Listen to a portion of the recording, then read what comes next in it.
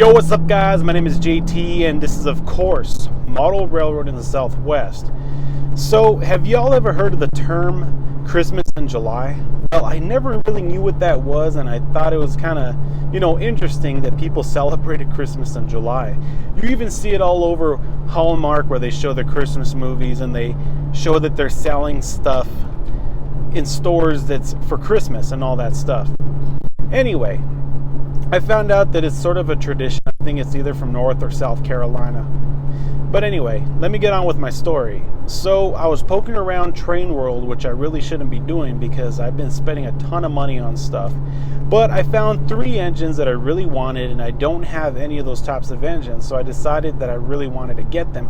But I felt that I needed some justification to buy those engines just because I just ordered the DDA 40X earlier this year. Well, I actually had it on pre-order, and then I had that UP Heritage, or that UP I think powered by People SD70 ACE from Athearn, and then I had the turbine from Scale Trains, and then I had the F7 A and B set from Walthers.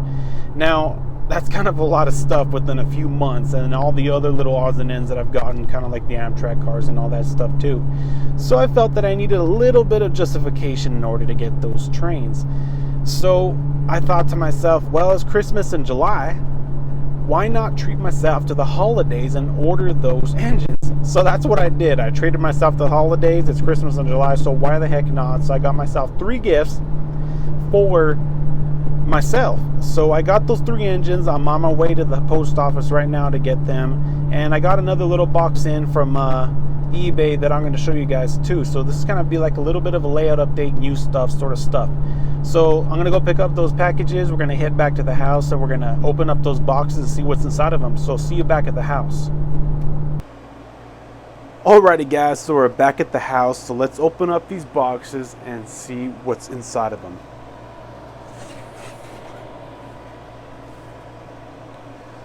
This is a very dull X-Acto knife, so let's see if it even opens okay.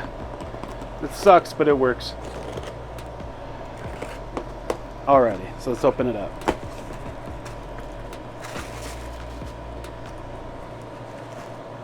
First, what I have is this Athearn Genesis SD70 ACU Canadian Pacific.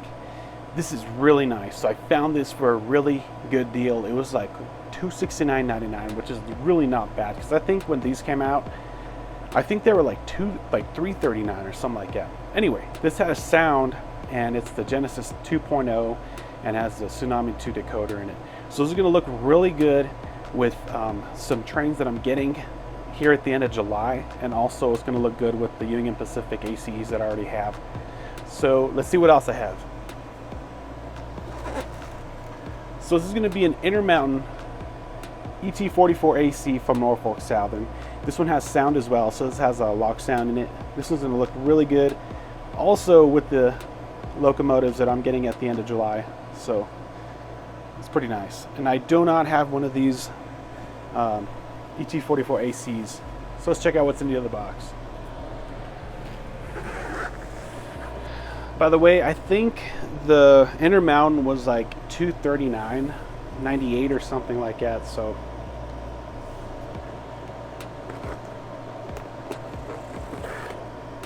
the reason I have 2 boxes is because I got the first order, which is the one you just saw, and then I contemplated getting this one, but I'm glad I really pulled the trigger, just because I think it's a really nice model. So let's check it out. So this is an Athearn Genesis SD70 ACU NS Heritage, or sorry, NS locomotive, and this one has sound as well. So this is going to look really good with the ACE that I have, and that's an NS Heritage unit. It's the it is the New York Central. So I think these are going to look really good also with that other ET44 AC. I think they're going to look good all together. This one can also run with the engines, like I said, that I'm getting at the end of July. I think it's going to look really good with those ones, and also this will look good with my Union Pacific ACEs as well. So let's get these out of the box and check them out. All right, so I forgot the other box in the trunk of the car, so let's go ahead and open up this one and see what this one has in it.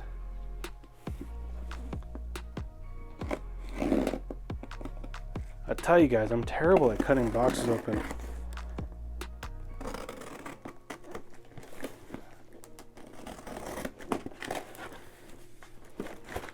So this is boxes from eBay, and I've had my eye on a lot of these since, well, for a few months, and I haven't really found them for the right price, and these were actually on a really good deal, so let's check them out. All right, so first off, this is the Bronco from Longmire. This is Walt's Bronco. I love Longmire. It's probably one of my favorite television shows. Also is Yellowstone. I love Yellowstone. I think it's a great show. It's well shot and well done. So is Longmire. So this is, like I said, this is Walt's truck. I've been wanting this for a long time. I finally found it on a pretty good deal. So one of them's gonna go on the layout and one of them's gonna go on display. So I'm gonna look at these and see which one looks the best, and that one's gonna come out of the package and go on the layout. So I got two of those, like I said, so here's the other one.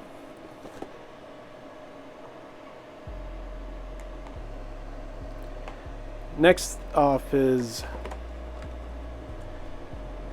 this Ram 35 dually and 3500 dually, and this thing is really nice. Like I said before about the other models, I've been looking for this one for a bit. You know, these were going for like 20 bucks plus shipping on eBay, and they're just kind of expensive. You know, these things sell like for $7.99 at Hobby Lobby or even 3,000 toys, and I just kind of like been reluctant to order it just because some of these Greenlight models, they're really nice, but I really try hard not to order them because sometimes they come with issues just like this, and you can see that the frame over the window is just not all the way right. You know, I might just take it off and paint a little strip on there to make it look better, because you know, when I go to Hobby Lobby, I look at them very closely to see if there's any issues with them. So that's the only issue I can see on this one. Who knows what the other side looks like, but this is going to be pulling the Bigfoot model. Anyway, so next off is I got this gooseneck trailer. I've been wanting another one. That Bigfoot set came with the came with the gooseneck trailer, and I just wanted another one. And this one's black with chrome wheels, and it comes with the gooseneck hitch, so I could put that on whatever I want. Next off is this Power Wagon. This is really nice.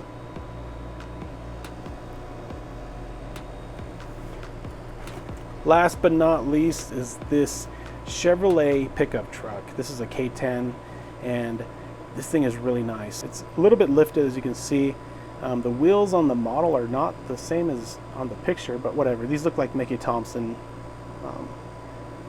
wheels or something. But let's take it out of the package and see what they look like. Alrighty guys, so here they are out of the box, and wow, these things look freaking sick. They are all gorgeous. So let's start off with the intermount unit. So I really haven't had a brand new intermount unit in about maybe 10 years. And the last one that I got was a SD40-2 or something like that. And I really liked that model. It looked pretty good. The detailing was decent and the sound sounded pretty good. So I thought I'd give Intermount another shot. So I took this one out of the box and I was floored. Intermount has really stepped up their game on the detailing, and the shells just look really good now. So I think I'm going to be ordering some new Intermount units in the future. Whenever I think they do a new run, I'm going to get maybe 2 more of these Norfolk Southern units.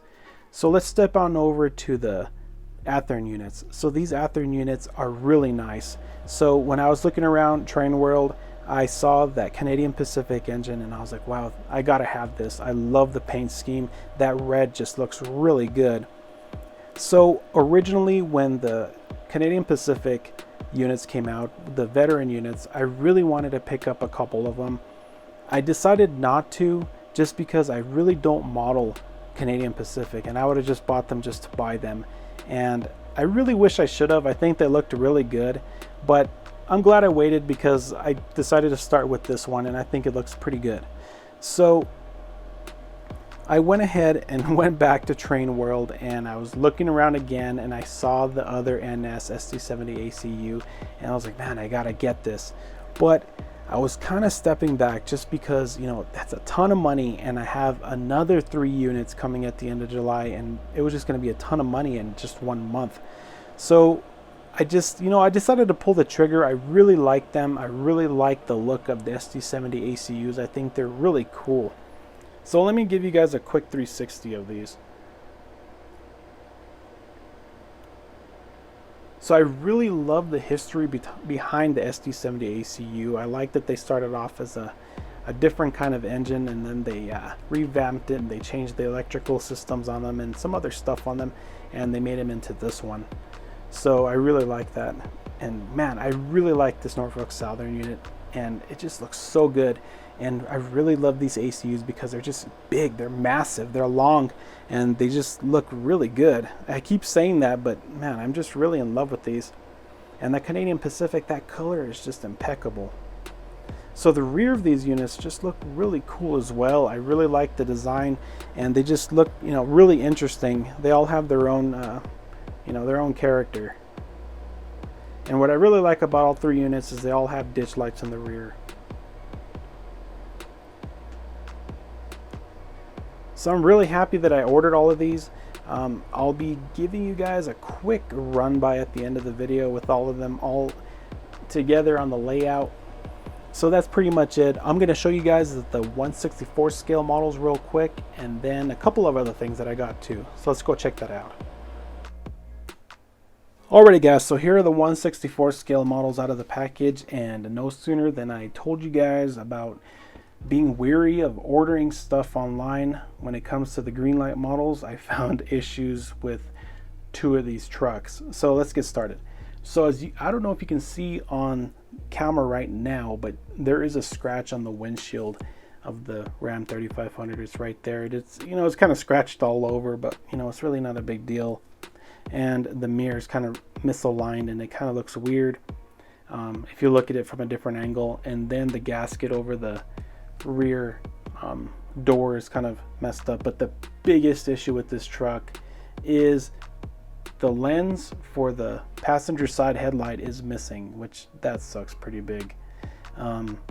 It's, well, whatever though. It's just going to be sitting on the layout. I'm not going to be really looking at it as like a showpiece or anything like that.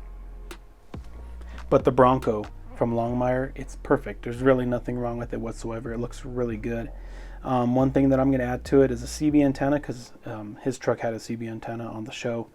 The Power Wagon looks really good, other than one issue, and it's the passenger side window. I don't know if it's I don't know if you can see that on the video, but there's like some weird, I don't know, I don't know if it's cracked or something's up with there. There's too much glue on the bottom of the window, but overall it looks pretty good. Now the gooseneck trailer, that looks really good. There's nothing wrong with it whatsoever.